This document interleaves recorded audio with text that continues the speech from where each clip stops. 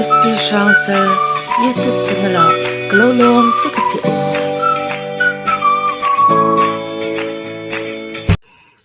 Uboy kan kalak so kan kalaki anal kati anal tero ke khir ning thela ke en ngoi erang mai ni chan snowman ki siam thiam boxia akot ide dan te chingtang ni wa dan te so idea inei the uboy Satiang mấy a hầu Satiang tenal hanti Kalem ziak pe chu mu phei le chuanin I thi dang lo chau don ani chu uboy ani mo yam za te po ithiam mo uboy hi ifan thiam big em mi hi ngai sang viau su baya ema kafanu inla mu hil na nge ina ti lo một mà hi thania kan no pan lai te phei chuan kan mu ma thei lu tu lai no pang hi chu in meng rai thei le lu ka tha ka van te lo ve o anu một kan lo tum che imo I veina kan khalak sumo munam ka te lu tu ka en janga ka en ning thei la va chamo I snowman sumo au boya siam ni boka nu a thiam te ro thiam ti fe ka che thiam ka te lu tu ka sin ti te renge en poni se tui do in mo ro na tu ka Christmas present Christmas putarin aram ta mai the nia anu tak mo lo da tak se ka ti chanin mo Christmas putar ka mu chak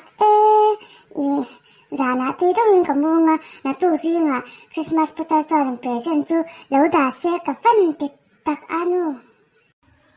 Christmas putar tak liu Ami anu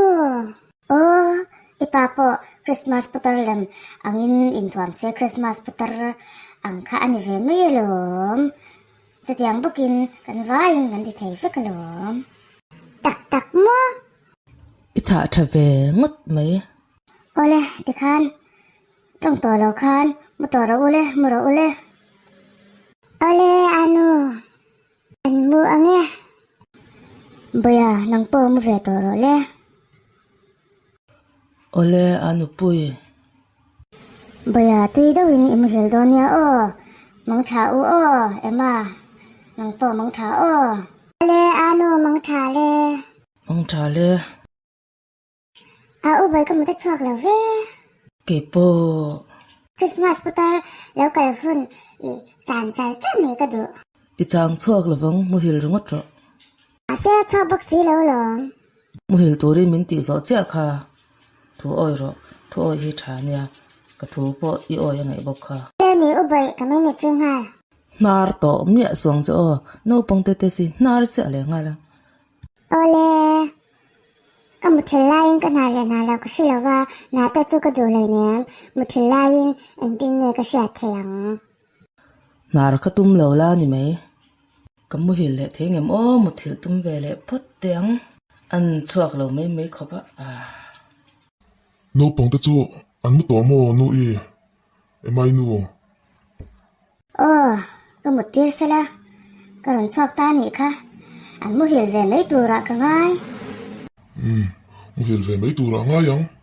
kan fa te hi thadu in kan en ko langa te to kan chwa don ya ilungai le thina tin en po ni se emai yan kan fanu kan shin tak ani ti hi shelo pat me se ko du athan chu a sha chen huna alo she chwa kan ni chuanin adong song thiam don si lova ke min han pui tling do she se thadeu in kan shilanga pa ngai takin chumi ma chuan mi dangin an shilang ti mo hi ni ka lo ni chu che no pang ai ta chuan pui tling zo khi nya trong thể thiên chu ka lao thong chin ko mai tia an len chwa chang te hian ka pui vek man seng big box si lova a boy kha kan ru ati ha de thien ru hi ana ang ti mat hi na ka lo ni en po ni se pathian ku ta kan hlan se langa lungai lo photang im hil te ang te ni po hi ole ema pa ni e na tu sin thoma kan ngai bok sia Good morning my dear ema pa lo thau te ro kha thing pui te lo in lo ma lo ka mo tui le me a ven jin chu tho kan he ve te kit chu le min kai tho tur che lo angai le nem im tui suk mà chu wang chuan in cái mà in ka thau ta mai ni kha tiếng pui lom te chu har sa le nem in về tu so ke ai cái to em me rong kan bo suk kan o no pang te hian le tho lo in mi min tho khal lo ve le kat mai ani kha an mu tui le ani ang jing ka ra tiếng pui han in ni chu tiếng pui ti le ma tiếng pui sen hang han in ni chu pum hian na ngai bi She na dan chabok si apa i to mi apa hey Christmas putarin Christmas present i kan do kana alo da a hey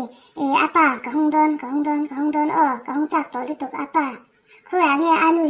anu i nam ve la nge apa ko ya nge anu iba han lim ve oi lim pui le mai mo van lok mom ta ko ya nge u bo ya heta hi ka ome au boy hong ra la ngo he ta lo da ve ro ko ro au boy kan da sun dong o ala ya tak hianin o kai Christmas present non tir man chui om le mai ai phu le mai mel po eng sat thei lo om le fa han lian tak a chunga eng tak o mang mo ka mo chak to li tu u boy ho lo da ve ro i ka present bom pula hian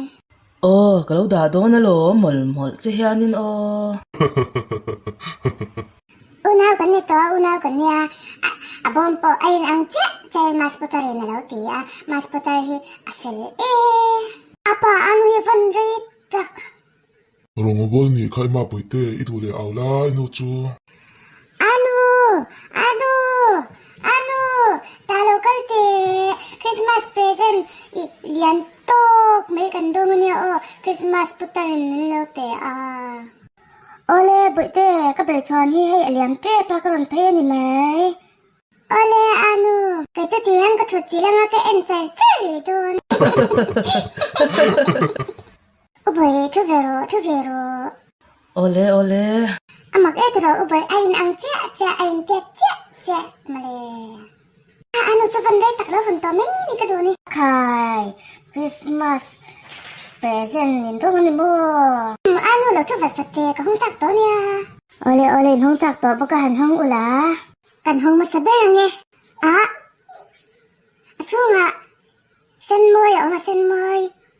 mo nge hala chok te